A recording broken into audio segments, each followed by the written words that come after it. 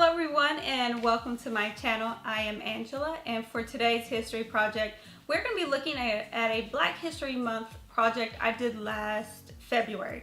So basically I knew I wanted to do a project with my students and I couldn't figure out like what project I wanted to do, and so I went online and I did a Google search and I found it was either Jet or Essence magazine had done this spread for their February issue in which they had 4 successful African American women, and they recreated a picture of the African American women that inspired them. I decided to do that as a class project for my students. So the project is that I gave them this long list of African American people who have contributed in a positive way to this country. So that could be in sports, medicine, science, education, politics, anything.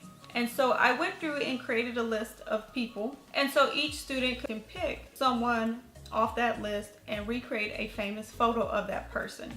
To be honest, this project was 100% free. It was super cheap because all my students they all have great cell phones, and so they all had iPhones and things like that, and so they took these amazing photos. I did not need to bring a professional camera because basically all the smartphones nowadays are like professional quality. So the students took the pictures in the class themselves. They created their own props and everything, remade the background, and also once again, their smartphones have all those apps and things on them. So they edited their own photos. They sent them to me. They sent the original photo, their photo. And I basically printed off both photos and I mounted all of the class photos, all my class's photo, onto this large poster board. You can't use basic Elmer's glue for these types of things, especially if it's a paper-based photo. You have to use something called Mod Podge. Okay, and this is Mod Podge.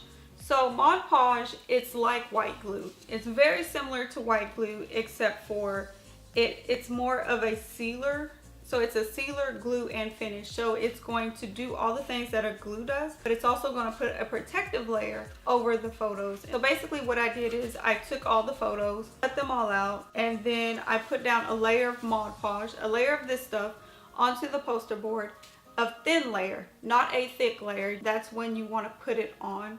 And you smooth them down and get all the air bubbles out. And that is how you actually apply with Mod Podge. Then I basically took a paintbrush and poured a layer of this over the top of the photos, and it goes on white, and you put an even coat, and then it dries clear, and it creates a protective film. So that is the project. I'm not going to be able to recreate this project for you just from the simple fact that the scale of it. So I hope you stick around. I hope you subscribe and enjoy today's video.